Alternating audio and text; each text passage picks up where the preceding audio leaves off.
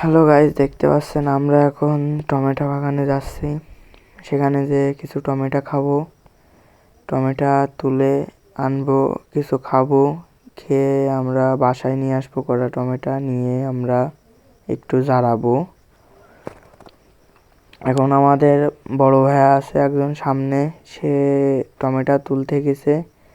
পিছনে একটা ছোট ভাইয়াও আছে, এ সাইডে একটা ভাইয়া আছে। এখন ভাইয়া একটা টমেটো তুলছে। এই যে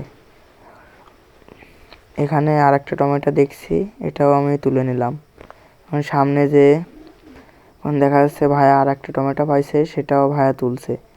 দেখা যাক ভাইয়া দেখি কতগুলো টমেটো তুলতে পারে। সামনে যে আরও একটা পেলো, সে এখন একটা টমেটো তুলে আমি খেয়ে দেখলাম কিরকম মজা আছে, অনেক মজা। আমার ভাইয়া পিছনে আছে, বড় ভাইয়াও একটু খাচ্ছে, খেয়ে দেখুক কিরকম মজা আছে, সে খাচ্ছে। এখন আমরা খেতে খেতে বাসার দিকে রওনা দিচ্ছি। বাসার দিকে যেয়ে আমরা টমেটোগুলো জ্বালাবো। ছোট ভাইয়েরা টমেটো খাচ্ছে। এখন এগুলো নিয়ে যেয়ে আমরা বাসায় নিয়ে যেয়ে জ্বালাবো।